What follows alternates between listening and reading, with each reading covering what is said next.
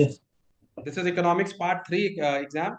मैं तुम लोग को 5 क्वेश्चन दे रहा हूँ फिर से, ठीक है। आप लोग वो क्वेश्चन को शॉर्टकट में लिख लो, ठीक है। अपना नोटबुक ले लो और शॉर्टकट में वो क्वेश्चंस को लिख लो फटाफट।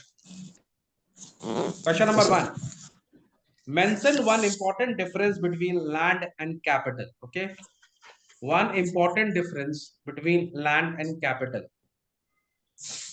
मैं तुम लोग का थोड़ा हेल्प भी करता हूँ। One, can you see the screen? One difference, yes sir. ठीक है, between, important difference between land and capital. Okay, question number Yes, one. sir. Okay, this is question number one, ठीक है। क्वेश्चन नंबर 2 मैं Yes. तुम लोग को दे रहा हूं यहाँ पे। In which form of market is the seller a price maker? ठीक है, seller is a price maker. Okay, seller is a price maker, which form of market? ठीक है। Question number 3, give one reason भी देना तुम लोग, सब 2 marks का क्वेश्चन है। What is meant by overdraft facility? ठीक है, ओवरड्राफ्ट फैसिलिटी। वाह, किसका फोन आया है इतना बढ़िया? Overdraft facility. Number 4, the question number 4 is state two positive roles played by public sector undertakings in India. ठीक है, public sector undertaking in India, इनका positive role. Okay, positive role इनका क्या क्या है? ठीक है, पॉजिटिव रोल। 2 मार्क्स, सारे क्वेश्चन 2 मार्क्स के हैं, ठीक है। तो आप लोग तो को मैं उसी दो हिसाब से, देना। हाँ हाँ, 2 मार्क्स दे देंगे, हो जाएगा, ठीक है। Okay. Draw neat diagram to show a relatively elastic supply curve. आप लोग को मैंने बार बार चीख चीख के बोल रहा हूँ, हम लोग ने एक बार सप्लाई कर्व का क्लास किया भी था, आप लोगों ने उसको प्रैक्टिस किया है, अमोल और धीमंत? Yes, sir. तो करा है. ठीक है, आता है। हाँ सर आता है।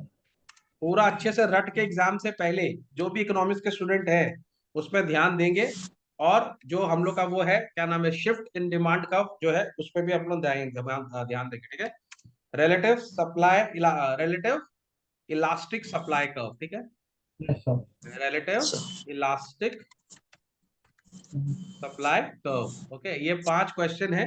मैं आपको 2 मिनट का टाइम दे रहा हूँ, आप सोच लो, get your answers ready, we will discuss them very soon now, ठीक है। Okay sir, ready. रेडी है? कितना लग यस जाएगा, सर। कितना मार्क्स लग रहा है धीमन, कैसा लग रहा है, कितना आ जाएगा इसमें 5 में से? 9। 9 आ जाएगा, वेरी गुड। तुमको क्या लग रहा है अमोल? जैसे 5 मार्क्स के 2 हैं तो मेरे को भी इतना ही लग रहा है. 9. 9 10 आ भी हो जाएंगे, सकता है. ठीक है। Overdraft Yes. Facility, Yes, sir. ठीक है, ये इजी है सर, और आपका तो सिंपल है। ये तो ओवरड्राफ्ट तो हो ही जाएगा, सही बात है, एकदम बिल्कुल सही सीएससी है, में ठीक है। खाली वो तो पहले खाली। Let's let's discuss the question number 1, ठीक है। यस। पहला वाला क्वेश्चन डिस्कस कर लेते हैं। One difference between land and capital, Amol. ऐसा ऐसा डिफरेंस है कि इनमें से ये हो सकता है कि जो लैंड होता है वो प्राइमरी फैक्टर ऑफ प्रोडक्शन होता है क्योंकि वो प्रोडक्शन के पहले ही होता है. और कैपिटल होता है हमारा सेकेंडरी फैक्टर ऑफ प्रोडक्शन क्योंकि वो डिराइव होता है प्राइमरी वाले से. इससे बेटर कुछ हो सकता है क्या धीमंत? हाँ हाँ सर, लैंड सर लैंड काफी लैंड इमोबाइल होता है, और कैपिटल को हम लोग मोबाइल बोल सकते हैं कि वो हम लोग यूज कर सकते हैं। ओके, और capital is not a free gift of nature, ये भी बोल सकते हैं कि लैंड का जो सप्लाई है वो फिक्स्ड है, the supply of land is fixed, ठीक है। कैपिटल का जो सप्लाई है इट कैन बी चेंज्ड, ठीक है। तो दिस इज वन। इसको एक बार आप लोग, और आज ये मैं तुम लोग का क्वेश्चन तीनों का आंसर से इतना खुश नहीं हूँ, ठीक है। तो आप लोग तीनों इसको अभी, पहला काम क्या है, इसको आप लोग फिर से अभी रिवाइज करेंगे, ठीक है। इसको आप लोग नोट कर लो, इसको एक बार आप लोग फिर से रिवाइज करेंगे। तो मेन ये जो हम लोग काम कर रहे हैं इसका मेन आइडिया यही है, आप लोग का प्रिपरेशन चेक करना, ठीक है। तो ये वाला क्वेश्चन है, आप लोग अभी नोट कर लो, ये एग्जाम जैसे ये खत्म होगा क्लास, आप इसके ऊपर व्यवस्था स्टडी करोगे, प्रॉमिस मी करोगे? Yes sir. Promise me? Okay. Seller is a price maker, ये कौन से फॉर्म ऑफ मार्केट मार्केट में होता है? ये सेलर कौन इज अ बोला? मोनोपोल. मोनोपोली में होता है, अमोल। हाँ ये सब तो मोनोपोल. ये आंसर ठीक है, लेकिन इसमें बोला है थोड़ा एक्सप्लेन करने के लिए, ठीक है। तो आपको सर, वो एक्सप्लेन भी बता करना पड़ेगा, दीजिए। ठीक है। यस. चलो, ओवरड्राफ्ट फैसिलिटी क्या होती है Amol? Can you overdraft define, किसी फैसिलिटीज का होती है. डेफिनेशन है इसका रेडी? डेफिनेशन बोलो। Sir, that Facility is a facility where regular current account users which enables them to draw checks of more value than deposits available in the okay, Amol तुम बोलो overdraft facility. so that the consumer so that the customer can draw checks in excess of the balance in his account. वो जितना balance है उसका account में उससे ज्यादा checks निकल सकता है वो, और जिसमें इंटरेस्ट लगेगा वो ओवर ड्रॉन अमाउंट में लगेगा बस। ये एक तो टेम्पररी सिस्टम भी होता है, सर मैं करूँ, मैं हाँ बताऊँ? धीमन बोलो yes. Yes, sir. So when a consumer of a bank gets can withdraw more than the this is a facility given by the bank where a customer can withdraw more where a customer can withdraw more than what he has saved in the bank यही तो account. Amol बोला यार, simple में तू इतना हो करके बोला, अमोल तो एक सेकंड में यही बात बोला है कि नहीं। अच्छा सुनो हाँ मेरी बात ध्यान से, ओवरड्राफ्ट फैसिलिटी का मतलब आप लोग तीनों को पता है, ठीक है, यहाँ पे 3 जन बैठे हैं, 2 ऑनलाइन एक ऑफलाइन, लेकिन आप लोग के पास परफेक्ट डेफिनेशन नहीं है, ठीक है, समझ में आ रहा है? माने आप लोग को आता है, तीनों को पता है, ऐसा नहीं है कि नहीं पता है, ठीक है।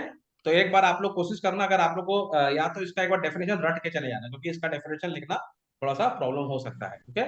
तो एक बार इसको रट लेना ओवरड्राफ्ट फैसिलिटी में, ठीक है, अच्छे से रट के जाना। तो 2 चीज मैं तुम लोग करने बोला अभी एग्जाम का, नंबर 1 लैंड एंड कैपिटल को देखना है, और ओवरड्राफ्ट फैसिलिटी का डेफिनेशन एक बार और रिवाइज कर लेना, ठीक है। अच्छा एक और क्वेश्चन है, PSU in India positive roles, yes जोर से बोलो। social welfare and increases in power. Social welfare increase in employment, अच्छा तुम बताओ अमोल। सर एक तरह से generation of the profits for the government, वो income of the generation government, ठीक है, generation of income of the government. वो रीजनल डिस्पैरिटीज को रिड्यूस कर सकता है। रीजनल डिस्पैरिटीज को रिड्यूस करता है, वेरी गुड, इनकम डिस्पैरिटी को रिड्यूस करता है, लेकिन इससे बेटर आंसर है एम्प्लॉयमेंट, ठीक है, एम्प्लॉयमेंट जनरेशन, क्योंकि रेलवे देखो कितने को नौकरी देता है ना। Also reduction in income inequality. हाँ इनकम इक्वालिटी का वो रिडक्शन भी करता है, yes Dhiman. Sir, it generates employment और दूसरा it is for the public and it is not a profit making organization. Not a profit making, तो तुम लोग का पीएसयू अच्छे से मालूम है, कोई बात। ठीक है, नेक्स्ट आ जाता है हम लोग रिलेटिवली इलास्टिक सप्लाई कर्व, ठीक है, रिलेटिवली इलास्टिक सप्लाई कर्व, ये कौन से एक्सिस को हिट करेगा बताना मेरे को जरा। So it will hit the price last axis. ये कौन से, ये अगर हम लोग इसको पीछे ड्रॉ करेंगे तो ये किसको हिट करेगा, I वाई एक्सिस को, याद रखना। किसको करेगा? रिलेटिव इलास्टिक सप्लाई कर्व कुछ इस तरह का होता है, ठीक है, हाँ सर, ठीक है। प्राइस तो जो वाले इन इलास्टिक होता है वो कुछ इस तरह का होता है, इलास्टिक जो होता है वो इस तरह का होता है, जब हम इसको बैक ड्रॉ करेंगे तो ये वाई एक्सिस को हिट ऐसे करेगा, hit होगा ठीक है, याद करना है इसको, वाई एक्सिस को हिट प्राइस। करेगा। तो ये रिलेटिव इलास्टिक कर्व कुछ इस तरह का बनेगा, समझ में आ गया, ये जो है यस ये सर, इन इलास्टिक है, ठीक है, ये एक्स एक्सिस पे हिट क्वांटिटी को हिट करेगा। करेगा। इसको याद रखना तुम लोग, ठीक है, ये बहुत ही, हम लोग ने एक क्लास में इसके बारे में डिस्कशन भी किया है ना। हाँ सर, चलो, yes sir. So I am not very happy, तुम लोग का जो मार्क्स है 10 में से 10 मेरे को नहीं लगता किसी को भी आएगा, 8 9 आएगा, ठीक है। सो 10 और 10 के लिए आप लोग भी प्रिपेयर, थोड़ा सा आप लोग और इसमें मेहनत कर लो, ठीक है। ओके सर, चलो ओके सर। अब मैं आप लोग को एक और क्वेश्चन दे रहा हूँ, 2 मार्क्स का क्वेश्चन है, construction of dam has a negative effect on our ecosystem, ठीक है, ये तो ज्योग्राफी का क्वेश्चन हो गया, ये तो सभी को पता है, construction of dam is a negative, क्या होता है इससे, हम लोग पूरा फॉरेस्ट काट देते हैं, है ना, deforestation and soil erosion. Soil erosion भी होता है इससे, वेरी गुड, ठीक है। एक क्वेश्चन यहाँ पर आ रहा है, what is meant by labour in economics, ठीक है, what is meant by labour in economics. देखो ये सब मैं तुम लोग को फिर से थोड़ा सा वार्न कर दूं कि ये सब आप लोग अगर जनरल आंसर लिख कर आओगे ना, जैसे लेबर ओवरड्राफ्ट, तो आप लोग को उतना मार्क्स नहीं मिलेगा, ठीक है, ये सब का आप लोग को पूरा डेफिनेशन जो बुकिश है थोड़ा सा लर्न करना पड़ेगा, ठीक है। What is meant by labour in economics, ठीक है, इसको बुकिश डेफिनेशन पता है, बोलो जरा, यस। अब पता है सर, तो Labor है refers सर to all कि the human effort, both physical and mental, involved with production of a commodity. Very good, तो द्वादश ने पूरा बुकिश डेफिनेशन दे दिया, Amol labour. So labor is the sir both physical and mental effort involved in the process of production. Very good, physical and mental, समझ रहा मैं तुमको क्या बोलना चाह रहा हूँ, ये कुछ टर्म्स ऐसे हैं ना, जैसे लेबर, कैपिटल, ओवरड्राफ्ट, इसके मतलब आप लोग सबको पता है अच्छे से, ठीक है, ऐसा नहीं कि नहीं पता है, यस तो लेकिन आप सोचो इसको आप एग्जाम में लिख के आओगे और अगर आपको एग्जैक्ट डेफिनेशन नहीं होगा तो आपको इतने अच्छे मार्क्स नहीं मिलेंगे ना। इमेजिन करो एक बच्चा बुक का लैंग्वेज लिख रहा है, एक अपना ओन लैंग्वेज लिखेगा, तो आप लोग के मार्क्स कट जाएंगे, है ना। तो इस सब में थोड़ा सा ध्यान दे दो अभी, ठीक है, इस सबको थोड़ा सा इसको ले लो, थोड़ा सा इसको इजी मत लो इस सब चीज को, ठीक है, समझ में आ रहा बात को। यस सर, चलो नेक्स्ट बात करते हैं, entrepreneurship is not labor, even though there are human factors associated with the same business explain. ठीक है, अभी हम लोग लेबर का किए थे, अब इसका कर रहे हैं एंटरप्रेन्योर. ठीक है, मैं लिख देता हूं तुम लोग के लिए question. Entrepreneur is not a labour. ठीक है, entrepreneur is not a labour. Labour का स्पेलिंग टाइप करने में हो जाता है यार. Entrepreneur is not a labour even though there are human factors associated with the same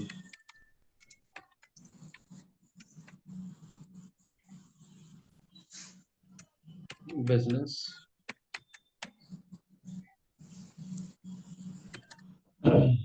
explain. ठीक है, तो मतलब इसमें बताना है कि एंटरप्रेन्योर को हम लोग को स्पेशल लेबर क्यों बनाया जाता है? एक्चुअली इसको लेबर का कैटेगरी में नहीं डालते, जबकि उसमें भी तो क्या नाम है, ये हमारा ह्यूमन फैक्टर उसमें भी इन्वॉल्व है. ठीक है.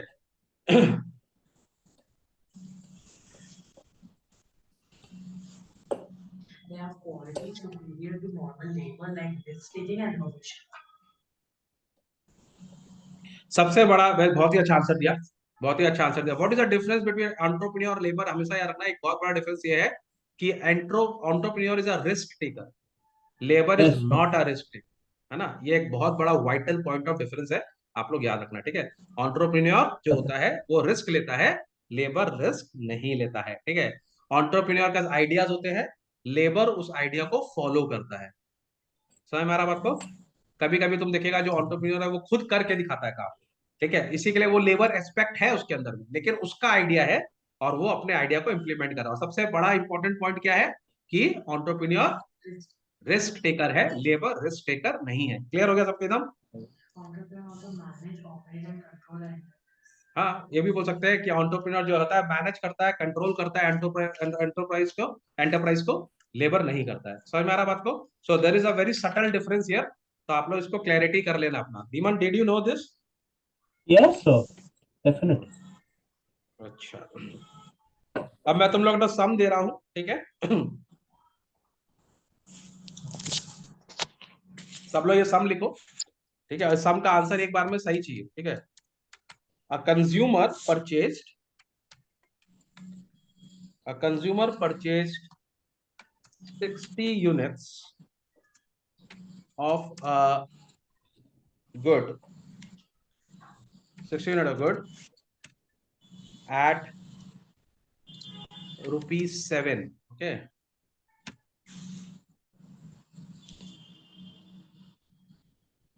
at rupees 7 per unit. Okay, but when price rise to rupees 12, ठीक है, per unit, demand contracts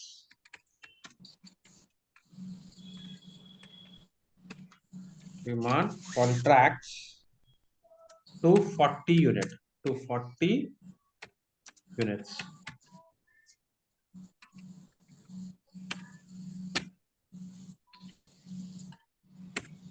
ठीक है, calculate the price elasticity of demand. Calculate the price elasticity of demand.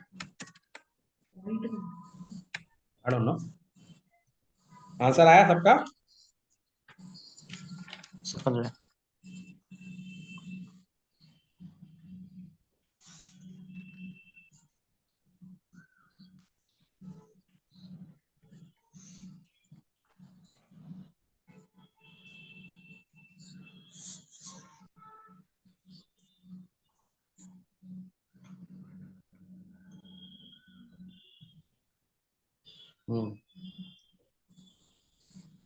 क्या आंसर आया? सॉल्व करो, आंसर पॉइंट में आएगा, solve करो. जैसा कर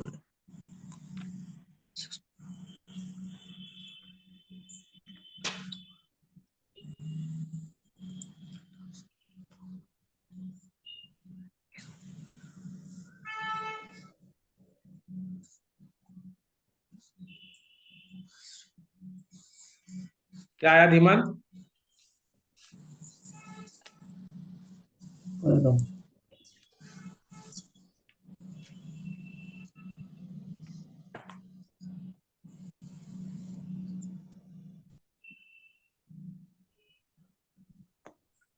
कितना टाइम लग रहा है?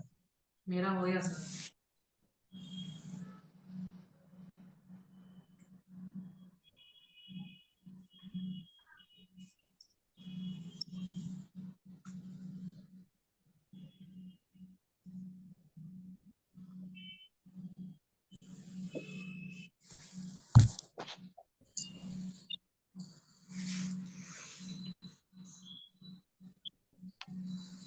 अच्छा।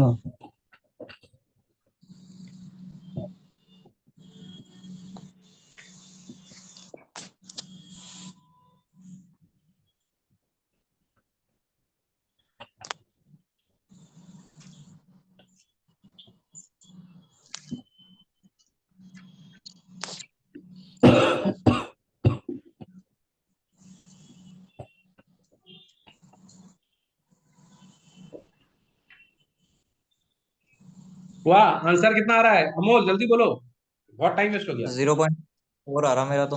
0.46 is the correct answer, 0.46, yes. है ना, एकदम इजी तो है। सब प्रॉब्लम क्या है? कुछ भी नहीं। क्या हुआ धीमंत? अब एक्चुअली हम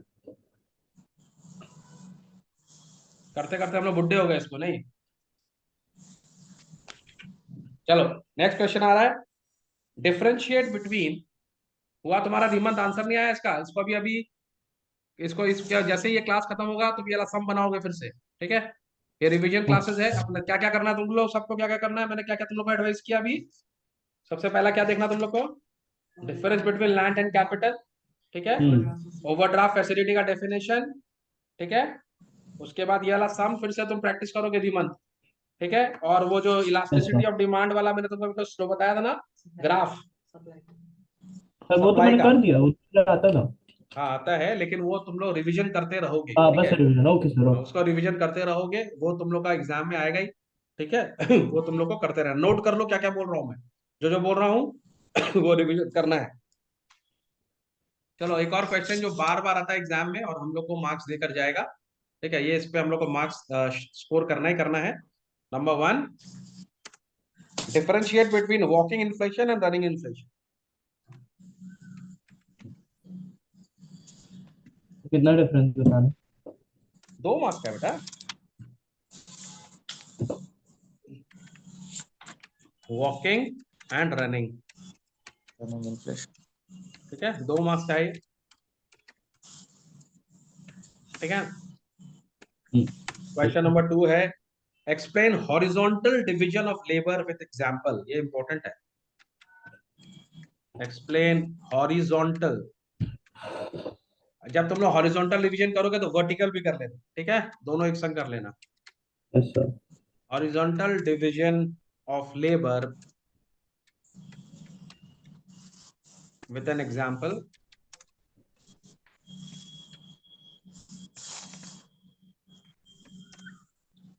State 2 which ways in which government can play an important role in the rapid agricultural development, ठीक है? गवर्नमेंट रैपिड एग्रीकल्चरल डेवलपमेंट में लोन की बात करेंगे, ठीक है? इजी लोन देने से थोड़ा सा फायदा होगा, है ना, फार्मर्स लोग को। नंबर 4, अगर एक तो क्वेश्चन आएगा तुम लोग का, circulating capital different from fix capital, how is circulating capital different from fixed capital, different from fixed capital, okay? Next extra question आएगा तुम लोग का, व्हाट इज जॉइंट डिमांड। ये तो तुम लोग सब छक्का मार देगा इस बॉल पे, व्हाट इज जॉइंट डिमांड, ठीक है? What is joint demand, okay, give an example.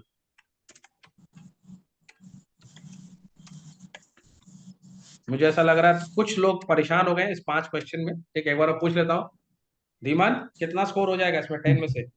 कौन कौन सा क्वेश्चन लग रहा है एकदम अच्छे से आता है? तो डिफरेंशिएट बिटवीन ये आता है, जॉइंट डिमांड आता है, और फिर ये पहला और दूसरा करना होगा, पहला दूसरा और तीसरा करना होगा, चौथा तो चौथा भी मतलब ये बार कर लूंगा तो हो जाएगा। नहीं क्या कितना? चौथा आता है, चौथा चौथा इस आता है? मतलब कि दूसरा और तीसरा। अच्छा, तुम्हारा क्या हाल है अमोल इसमें? सर टू का पता नहीं। Two horizontal division of labour क्या होता है बोलो? refers to labor which specify in different processes of production. Example? Example like a teacher teaching a specific subject. Very good, teacher in a specific subject is a very good, क्योंकि school में क्या होता है, हर subject अलग अलग teacher पढ़ाता है, ठीक है, लेकिन आउटकम जो होता है एक सक्सेसफुल बच्चा, ठीक है। So this is horizontal division labour ना। अगर हम बोलेंगे मैथ्स का टीचर का इज्जत फिजिक्स के टीचर से कम नहीं है, ठीक है, या केमिस्ट्री के टीचर से या इंग्लिश के टीचर से कम नहीं है ना। सब टीचर का अपना अपना रिस्पॉन्सिबिलिटी है, और जब सब टीचर लोग अपने अपने रिस्पॉन्सिबिलिटी को पूरा करते हैं तब एक अच्छा बच्चा निकलकर सामने आता है। तो it's a very good example of horizontal division labour. एक और है, ऑटोमोबाइल इंडस्ट्री में भी होता है ये ना, गाड़ी वाला जो यस बनाते सर। हैं, वो लोग हर जगह अलग अलग डिपार्टमेंट होता है, फिर वो सारा डिपार्टमेंट एक जगह लाके गाड़ी को असेंबल कर देते हैं, ठीक है। तो दैट इज तो हॉरिजॉन्टल सर डिवीजन होता है, हर डिपार्टमेंट का अपना इंपॉर्टेंस है, हर डिपार्टमेंट को अलग कर दिया गया है। समझ में आ गया? Very good. अच्छा, वॉकिंग और रनिंग इन्फ्लेशन में क्या डिफरेंस है तो सभी को पता होगा। Yes. Walking inflation is from 3 to 6%. Hmm. It's also known as moderate inflation. Hmm. And running inflation is around 10%, usually in double digits. And it's a red flag on the market. Very good, तुम बोलो धीमंत। सो walking inflation में ये difference है कि walking inflation is a type of an inflation which depicts 5 to 10% of inflation, and not running 5 to 10%, double division में नहीं जाएंगे बेटा, वॉकिंग में, वॉकिंग में डबल डिजिट में नहीं जाएंगे, 3 to 6% बेसिकली अपन को बोलना है, ठीक है। 3 to जब 6%। जब वो डबल डिजिट में चल जाएगा तो वो रनिंग हो वो जाएगा, रनिंग इन्फ्लेशन जाएगा, 10 to ठीक है। 20% और हायर हाँ, इज जब भी डबल डिजिट रनिंग। में जाएगा रनिंग हो जाएगा, उसको रनिंग मत करो, उसको सिंगल में रहने दो, ठीक है। ओके। ठीक है अमोल, तुमको पता ही था ये वाला, आई एम श्योर। हाँ, ये सब पता। अच्छा, ये सब पता रैपिड एग्रीकल्चर ग्रोथ के लिए गवर्नमेंट क्या करेगी, मैंने तुमको बोल ही दिया है कि Loan. एग्रीकल्चर को सबसे ज्यादा प्रॉब्लम है लोन का, फार्मर्स लोग को, उन लोग को लोकल लोगों से लोन लेना पड़ता है, which can be harmful for them. तो अगर बैंक किसी तरह से उनको लोन दे तो बहुत अच्छा है। नंबर दो, बैंक गवर्नमेंट क्या दे सकती है? Long term loan provide करता है, minimum rates. हाँ, लॉन्ग टर्म लोन तो हो गया, और क्या कर सकता है? सब्सिडी दे सकती है, Subsidy. इलेक्ट्रिसिटी पे सब्सिडी, फर्टिलाइजर पे सब्सिडी, सीड्स पे सब्सिडीज, है ना। तो अगर वो सब्सिडीज देंगे तो क्या नाम है, बहुत अच्छा काम उन लोग का हो जाएगा। यस, और Minimum rates पे खरीद लेते और हैं. जैसे सर वो भी जैसे मिनिमम होता है सपोर्ट जो, प्राइस, मान लीजिए अगर कभी जैसे किसी चीज का डिमांड कम हो जाता है तो गवर्नमेंट उसको खरीद लेती है वही कम प्राइस एमएसपी, मतलब। मिनिमम सपोर्ट प्राइस भी हमें उनको देता है। It's very good. Okay, circulating capital और फिक्स कैपिटल में क्या फर्क है धीमंत? सर्कुलेटिंग कैपिटल एक टाइप का कैपिटल होता है जिसको हम लोग वेरियस चीजों के लिए सर्कुलेटिंग यूज। कैपिटल का एक और कॉमन नाम क्या है? तुम लोग अभी मैं या नाम बोलूंगा तुम लोग को आंसर इजी लगने लगेगा। Working working capital. Capital. Working capital. Working capital का मतलब क्या होता है? डे टू डे कैपिटल, जो हम लोग को डेली खर्च के लिए चाहिए, ठीक है। जैसे हाँ अगर हम सर। लोग उबर की बात करें, उबर की अगर हम लोग बात करेंगे तो ऊपर की जो गाड़ी है ना, जो कार है, वो फिक्स कैपिटल है, लेकिन उसका जो हाँ पेट्रोल है वो वर्किंग कैपिटल है ना, वो ठीक है। एवरीडे चाहिए वो, बिना उसके गाड़ी आगे नहीं बढ़ेगा, ठीक है। तो यहाँ पर सर्कुलर कैपिटल वो है जो which is like a flow of blood, like it's a revenue expenditure, yes. Like revenue expenditure. हाँ, वो तो ठीक बात है, लेकिन it is like just like a flow of blood in the body, है ना, जिससे हमारा बॉडी चलता रहता है, ठीक है। हम्म, तो जैसे हम लोग की इन्वेंट्रीज होती हैं, जो इन्वेंट्री इन प्रोग्रेस है, ये सारी हम लोग की वर्किंग कैपिटल है, या circular capital. Fix capital fix रहता है, ठीक है। अच्छा, व्हाट इज जॉइंट डिमांड, सभी को पता होगा, बता दीजिए जॉइंट डिमांड फटाफट, यस सर। बोलिए बोलिए, जॉइंट डिमांड क्या होता है कौन हेमंत? बोला? हाँ बताइए। हाँ सर। हाँ सर, जॉइंट डिमांड एक ऐसा joint demand is a type of demand which depicts the need of two demands at the same time, such as tea and sugar and pen and ink. Definition. बोलो। Joint demand refers to a demand for a commodity which is demanded jointly or together. Yes, Amol बोलो joint demand. Joint demand is a demand for those goods which are used jointly or demanded together. Very good, super, तो ये तो easy था, सबको आ जाएगा, ठीक है। Hmm. Next lot of question coming up, are you ready? Yes sir.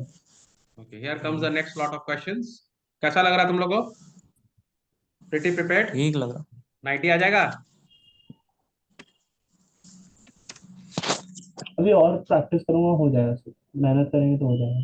मेहनत कब करेंगे? एग्जाम के बाद सब शांति से बैठेंगे, टेंशन भी कम रहेगा, है ना? उस टाइम कुछ करने के लिए भी नहीं होगा, आराम से बैठेंगे तो सोचेंगे मेहनत के बारे में, तो कर लेंगे, है ना? नहीं। बेटा आप ये बात भूल रहे हो कि जो आपको जो स्कोर करना है ना, वो इसी एग्जाम में स्कोर करना है ना? ये कुछ टर्म्स है, इसको देखिए। रेग्रेसिव टैक्सेशन नंबर 1, ठीक है। नंबर बी मोनोप्सनी, ठीक है। नंबर सी माइग्रेशन, ठीक है। नंबर डी मनी, वाह। नंबर ई, नंबर ई में आएगा परफेक्टली इन इलास्टिक डिमांड। हम लोग को बार बार बोल रहा हूँ, ये elastic demand, in elastic demand, इसको पूरा रट के जाना, इसको अपना हथियार बना के जाना, अपना लाइबिलिटी मत बनाना, अपना एसेट बना के जाना। इसको जितनी बार हो सके पढ़ लो, इसका ग्राफ देख लो, क्योंकि ये तुम लोग का कॉन्फिडेंस के लिए बहुत अच्छा है, ठीक है। चलो, ये पांचों टर्म में से मेरे ख्याल से कोई ऐसा टर्म है जो तुमको परेशान कर रहा है किसी को? सर मुझे पांचों टर्म आते हैं सर, बट माइग्रेशन की किस चीज के बारे में बात हो रहा है? Migration of labour, basically migration of man power. Obviously अच्छा हाँ। माइग्रेशन ऑफ बर्ड्स तो नहीं होगा, है ना? हम लोग सही है। बायोलॉजी तो नहीं पढ़ रहे। सही। धीमन क्या म्यूजिक बजा रहा है, वाह। चलो, रिग्रेसिव टैक्सेशन क्या होता है? Let's go with Amol. Amol क्या होता है? रिग्रेसिव टैक्सेशन होता है कि वो so when the rate of taxation decreases with the increase in the income of the consumer. Yes, regressive taxation उल्टा होता है ना। प्रोग्रेसिव क्या होता है? जब आदमी का पैसा बढ़ेगा, टैक्स बढ़ेगा। यहाँ पर क्या होता है? जैसे जैसे इनकम बढ़ता है, टैक्स कम होता जाता है, ठीक है। तो पता था धीमन तुमको ये अच्छे से? यस सर, रिग्रेशन टैक्सेशन तो सिंपल है सर, हाँ सर। चलो, मोनोप्सनी क्या होता है बताइए? सब मोनोप्सनी एक टाइप, मोनोप्सनी ये होता है जिसमें मतलब कि जो जो जो मतलब जो बायर है वो मतलब कि प्राइस मेकर है यहाँ पर। और यहाँ पर जो मतलब कि बायर है उनका उनका मोनोपोली चलता है, और जो मतलब कि अरे और पहला सेलर यहाँ बात तो बोल कि देयर इज ओनली पर वन बायर, पहले तो ये वन बात seller and many buyers, one seller and many buyers. है। मतलब one one buyer many seller one buyer and many seller, and many जैसे सेलर। एग्जांपल दे। एग्जाम्पल, गवर्नमेंट बाय कर रही है guns and ammunition. Yes, India में जो हमारा एम्यूनेशन है, डिफेंस सेक्टर जो है, तो आप यहाँ पे डिफेंस आजकल तो बहुत प्राइवेट लोग भी बना रहे हैं हथियार, पर वो लोग बेच किसी को नहीं सकते, उनको बेचना सिर्फ गवर्नमेंट को ही पड़ेगा। तो government is the only buyer, understand? तो buyer is a price maker, basically monopoly, ठीक है। माइग्रेशन का मतलब क्या हो गया? जब बर्ड्स उड़ के जाती है ना, हेमंत? नहीं सर। क्या होता है माइग्रेशन, बताइए Amol. Transfer of people from rural area to urban area, such as हाँ, जब जब गांव के लोग शहर आ जाते हैं, ठीक है, या हमारे कैलकाटा के लोग अमेरिका जाते हैं, वो भी ट्रांसफर, वो भी क्या नाम है, ब्रेन ड्रेन ओके। जिसको हम लोग बोलते हैं, वो भी यहाँ पर ठीक माइग्रेशन ऑफ स्किल। है। money. ओके, तो ये बेसिकली माइग्रेशन करते हैं क्यों है लोग? In search of Employment. In search of employment, jobs and opportunities. Job, better better medical facilities, Better standard. Better standard of living, better education also ना, बच्चों के स्कूल के लिए भी लोग करते हैं, ठीक है। चलो मनी बोलो। Yes. Money is anything which can be generally used as a means of exchange and at the same time act as a measure and store of value. Okay, very good. Money is a matter of function for medium measure ये standard. Measure standard and store. Very good. चलो, money का तो तुम लोग धो देगा एकदम से, अगर ठीक से मनी हाँ। का डेफिनेशन याद रखेगा तो जिंदगी में मनी कमाएगा भी, ठीक है। चलो आगे, परफेक्टली इन इलास्टिक डिमांड क्या होता है? Demand doesn't increase or decrease at the change of price. When there is no change in quantity demanded with the change in price, price. ठीक है। प्राइस बढ़े या घटे तो क्या नाम है, उतना ही हमारा डिमांड में कोई चेंज नहीं आएगा, ठीक Demand है। is constant. Demand is constant, ठीक है। इसमें डिमांड का भी parallel to the price axis, ठीक है। चलो वेरी गुड। बहुत ही अच्छी बात है। आप थोड़ा सा आ जाते हैं बड़े बड़े क्वेश्चंस में, ठीक है। 7 minutes still we have, okay. चलो, अब बेटा क्वेश्चन आ रहा है, डिफाइन कैपिटल फॉर्मेशन। लिख दे रहा हूं मैं तुम लोग के लिए, ठीक है। ये क्वेश्चन जो है, ये एक क्वेश्चन, अच्छा देखो ये सब ना 7 मार्क्स 8 मार्क्स के क्वेश्चन है। तो क्या आप लोग ने इसके डिफाइन आंसर रेडी कैपिटल करके फॉर्म। रखे हैं? आप लोग ने आंसर रेडी करके रखे हैं कि आप एक्सटेम्पोर जा रहे हो उसके लिए? क्वेश्चन, मैं पहले क्वेश्चन लिख क्वेश्चन रहा क्या हूँ। होगा? हाँ, नहीं तुम लोग का सबसे बड़ा प्रॉब्लम क्या, तुम लोग खाली रीड करके जाते हो, तुम लोग का आंसर होते नहीं है, ठीक है। ये बहुत ही दुख का बात है। डिफाइन कैपिटल फॉर्मेशन क्वेश्चन है, ठीक है। और तुम लोग मेरे को अरे यार कमाल, डिफाइन कैपिटल फॉर्मेशन, इसके साथ क्वेश्चन है एक्सप्लेन, इसी का पार्ट है, एक्सप्लेन थ्री इम्पोर्टेंट फैक्टर्स, ठीक है, affecting the rate of capital formation. Three important factors affecting the rate of capital formation, ठीक है। नाउ देखने वाला बात यहाँ पर क्या है कि ये जो क्वेश्चन है ये 7 मार्क्स का है, ठीक है। So you cannot right all that beating around the Bush kind of answer, आपका आंसर बहुत स्पेसिफिक होना चाहिए, ठीक है। एक और क्वेश्चन आ रहा है, इसमें बहुत मार्क्स कटते हैं, याद रखना। अगर आपके आंसर परफेक्ट नहीं है और आप लोग सही से इसका पूरा आंसर नहीं दोगे ना, तो आपके मार्क्स कटेंगे बहुत ज्यादा, इसी के लिए मार्क्स आते नहीं है। तुम लोग सब रीड करके चले जाते हो, सोचते जो मन में आएगा लिख देंगे, उससे मार्क्स कटेंगे। डिस्कस एनी 4 नेगेटिव इम्पैक्ट्स, ठीक है। Discuss any 4 negative impacts of industrialisation. एक बात मेरे को सच सच बताओ, do you have a answer for this कि तुम सोच के लिखेगा? सर आंसर है। इंडस्ट्रियलाइजेशन। हाँ, अपने आप को जज सर करना है, आंसर है। अपने आप को जज करना है। अगर आप सोच के लिखने वाले हैं तो याद रखो 1 मार्क्स तो आप ऐसे ही काट लो कि आपका 1 मार्क्स तो गया, ठीक है। आपको ये सब आंसर रेडी रखने पड़ेंगे, ठीक है। कैपिटल फॉर्मेशन तो क्वेश्चन बहुत ही कॉमन है, तो आपको पूरा याद करना पड़ेगा। 7 मार्क्स का आ रहा है, explain any 3 important factors affecting the rate of capital, और discuss any 4 negative impacts of industrialization. कोई 4 कौन कौन से याद आ रहे हैं आप लोग को? याद आ रहे हैं 4 नेगेटिव इम्पैक्ट? एक तो ऑब्वियसली पोल्यूशन बोलोगे आप, सर सर एक पॉल्यूशन है, उसके बाद जो कि डिफॉरेस्टेशन होगा, ठीक है। हाँ, हाँ, हाँ सॉइल तो इरोजन पोल्यूशन होगा से उसके जो बाद। हुआ जाएगा, ओजोन लेयर तो पोल्यूशन का ही पॉइंट आ जाएगा ना। सर सॉइल सॉइल इरोजन होगा। सॉइल इरोजन भी आ सकता है, ठीक है। Chemical effluents. फिर harm to the natural destruction of habitat, ठीक है, deterioration of destroy health. habitat। Economic disparity भी ये लोग बता रहा है। इकोनॉमिक डिस्पैरिटी का मतलब यहाँ पे ये हो गया कि जिस एरिया में इंडस्ट्रियलाइजेशन होगा वो एरिया जल्दी पैसे वाला बनेगा, ठीक है। इसी के लिए पहले के टाइम पे लोग शहर आते थे, क्योंकि वहां पर जल्दी थोड़ा इंडस्ट्रियलाइजेशन होता था, तो लोग वहां पे पैसे वाले बनते थे। और जहाँ जो पिछड़ा हुआ इलाका है वहां पर नहीं होगा इंडस्ट्री, वो लोग पीछे रह जाएंगे, ठीक है। I am sure you would love to work on this question, isn't it? Yes sir, yes sir। Yes. है ना, इसको मार्क कर लो। Define capital formation, explain 3 important factors. आप लोग देख लो, इस तरह के जो क्वेश्चंस आएंगे आप लोग को प्रिपेयर होके ही जाना पड़ेगा, वरना आप लोग का आंसर बहुत खराब हो जाएगा, ठीक है। तो mentally you have to be prepared, और आपको एकदम सोचना बहुत स्टाइल से कि यार आएगा तो मैं कौन सा आंसर लिखूंगा, किस प्रकार से मैं अपना आंसर प्रेजेंट करूंगा, ठीक है। ठीक है, तो जैसे आंसर सपोज कर लो, अगर डिस्कस एनी 4 नेगेटिव इम्पैक्ट दिया है, इसका सपोज कर लो किताब में अगर तुम लोग का 8 आंसर्स दिया है, 8 पॉइंट्स दिया हुआ है, ठीक है। तो अगर मैं तुम लोग की जगह होता तो मैं क्या करता, फॉर एग्जाम्पल, अगर मुझे 8 याद होते, ठीक है, तो मैं हो सकता है इस तरह का एक ठोक बनाता यहाँ पे स्क्वायर, ठीक है, कुछ भी एक डायग्राम, ठीक है, और मैं उसमें 8 पॉइंट यहाँ पे ऐसे में नहीं होता है हम लोग, मैं स्टाइल मारने के लिए थोड़ा सा, जैसे पॉइंट नंबर 1, पॉइंट नंबर 2, ठीक है, point number 3, point number 4, point number 5, point number 6, point number 7, point number 8 यहाँ लिख देता, ठीक है। और उसके बाद में कोई भी 4 को एक्सप्लेन कर देता। क्या समझे बात को? दैट इज व्हाट करना इजी रहता है, क्या समझा नहीं समझे? हमको बोला डिस्कस यानी 4 नेगेटिव इम्पैक्ट्स, तो मैं थोड़ा सा फ्लॉन्ट भी मारता हूँ यहाँ पे। क्या कर रहा हूँ मैं, 8 पॉइंट में याद किया हो यार, क्यों नहीं लिखूंगा, ठीक है। मैंने 8 पॉइंट लिख दिया, और फिर मैं 4 पॉइंट को, कोई भी 4 पॉइंट को डिस्कस कर दिया। अब टीचर मेरा मार्क्स नहीं काट सकता ना। सर समझ अगर मारी बात? मान लीजिए उसके लिए मार्क्स काट दिए क्योंकि मतलब कि हम लोग ओवर एग्जैजरेट कर नहीं, दिया। ओवर एग्जैजरेट क्या कर रहे हैं, पूरा 4 नेगेटिव इम्पैक्ट हमको देना है, तो हमने 8 लिख दिया, यहाँ पे तो डायग्राम बना के छोटा सा लिख दिया, यहाँ 1 2 हमको याद किया ना, 3 4 5 6 7 8 या 6 जितना भी है, और 4 को मैंने एक्सप्लेन कर दिया, तो दोनों ही काम हो गया मेरा। एंड टीचर को एक तो इम्पैक्ट, अच्छा मैसेज भी जाता है कि ये लड़का बहुत अच्छे से पढ़ के रखा हो, ठीक है।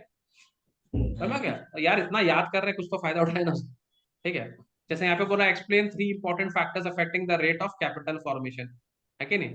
तो इसमें मैं क्या करता, एक तो सर्कल बना देता, ठीक है, और इसमें 6 पॉइंट जितना मेरे को याद आ रहा सब लिख देता, 1 2 3 4 5 6, और उसके बाद मैं क्या करता, 3 ठो को डिस्कस कर देता। समझ रहा है? तो I am giving both the impression कि भाई मैंने याद किया है, और फिर मैं सारा लिख देता, ठीक है, 3 को मैं एक्सप्लेन कर देता, कहानी खत्म, दोनों तरफ से मेरे को मार्क्स मिलते। समझ में आ रहा? You need to be little presentation के ऊपर भी काम करना पड़ेगा ना, क्योंकि सबको सभी लोग इसी तरह का आंसर लिखेंगे तो फिर मुझे 99 कैसे आएगा? मेरा आंसर टीचर को देख के मजा भी तो आना चाहिए कि भाई इसके आंसर में कुछ डिफरेंट है कि नहीं? मुझे याद है जब हम लोग अपना इकोनॉमिक्स का पेपर लिखते थे ना, तो ऐसे पेपर के स्टार्टिंग में यहाँ लिख देते थे कि आज का डॉलर का रेट क्या है। ठीक है, यहाँ पे हम्म। ऐसे जस्ट जस्ट स्टार्टिंग में ऐसे ही लिख देते स्टाइल मारने के लिए, डॉलर का रेट यहाँ पर क्या है, आज का इन्फ्लेशन का रेट क्या है, हमारे इकोनॉमिक्स का पेपर के स्टार्ट में। ठीक है, 2 3 तो पैरामीटर यहाँ दे दिया, फिर पेपर लिखना चालू कर दिया। तो टीचर देख रहा है कि डॉलर का रेट लिखा हुआ, इन्फ्लेशन का रेट लिखा है, ये का रेट लिखा, तो it gives a good good impact, है ना? सब करे वहां पे, और ये लड़का देगा डाटा स्टैट सब देगा, ठीक है। And I would like to add as much data as I could add in my answer, ठीक है। इकोनॉमिक्स का आंसर है कैपिटल फॉर्मेशन की। अगर मैं बात करूं, मैं कोशिश करूंगा कि हमारे इंडिया का कितना, जैसे तुमको ये पता ही होना चाहिए कि इंडिया का इकोनॉमी कितना ट्रिलियन का है, ठीक है, और किस तरह से कैपिटल फॉर्मेशन हो रहा है, इन्फ्लेशन रेट इंडिया में आज की डेट में क्या है, यू शुड एक्चुअली नो। जब आप इकोनॉमिक्स के स्टूडेंट हो और आप इकोनॉमिक्स का एग्जाम देने जा रहे हो, तो आपको ये सब चीज मालूम होनी चाहिए कि आज के डेट में हमारा इन्फ्लेशन रेट क्या है इंडिया का। थोड़ा ये सब पढ़ के जाना, ठीक है। इंडिया का अभी क्या कितना ट्रिलियन डॉलर्स का इकोनॉमी चल रहा है इंडिया का, ठीक है, क्या क्या चल रहा है इकोनॉमी के बारे में थोड़ा बहुत ये सब, डॉलर का रेट क्या चल रहा है इंडिया का, ठीक है, 5 ईयर के बाद इंडिया का क्या ग्रोथ रेट हो सकता है, इंडिया का थोड़ा सा क्या प्लान है। तो if you are economic student, teacher को लगना चाहिए भाई इकोनॉमिक्स का स्टूडेंट है, समझ में आ रहा है? So you need be economics, ऐसा लगना चाहिए कि ये लड़का कुछ लेकर आया मसाला। और जितना ज्यादा डाटाज आप सब चीज में डालोगे ना, इन्फ्लेशन के आंसर में डाटाज डालोगे, ठीक है, जैसे तुम देखो वो क्रीपिंग इन्फ्लेशन और ये सब का डाटाज होता है ना, बहुत अच्छा लगता है लिखने में ना, आंसर 6 to 3%। जैसे अभी अगर जैसे वो जो आंसर था ना, रनिंग और क्रीपिंग, तो अगर मैं उसको ऐसे लिखता क्रीपिंग, और यहाँ पर मैं एक छोटा सा कॉलम बना के लिखता 3 to 6, और वो जो है रनिंग 10 to 20, अगर मैं इसको सिर्फ कॉमन ऐसे कॉलम में डाल देता ना, तो ये आंसर बहुत सुंदर दिखता है, isn't it? हाँ। समझ में आ रहा है? तो this is what I am talking about presentation. आप इकोनॉमिक्स के स्टूडेंट है तो डाटा को कैसे प्रेजेंट करने, अपने अपने अपने डाटा को दिखाना है टीचर को। तो जितना आसानी से वो डाटा देखेगा टीचर, उतना आपका पेपर और इफेक्टिव और अच्छा लगेगा, तो आपको उतना अच्छा मार्क्स मिलेगा। समझ में आ गया? उससे क्या है, बाकी लोग जो नहीं कर रहे उनके ऊपर भी नेगेटिव इफेक्ट आएगा कि उन्होंने तो नहीं लिखा, आपने लिखा, तो टीचर आपको मार्क्स ज्यादा देगा। समझ में आ रहा है? तो सोचना पड़ेगा, इकोनॉमिक्स का एग्जाम देने के लिए आपको सोच के एग्जाम देना है, कॉमर्स का एग्जाम देने के लिए सोच के एग्जाम देना है कि कैसा आपका पेपर बाकी के पेपर से डिफरेंट हो सकता है, कैसे आपके पॉइंट ज्यादा दिखेंगे। समझ में आ रहा है? You have to plan your paper in economics and commerce, तब तुम लोग ज्यादा मार्क्स मिलेंगे।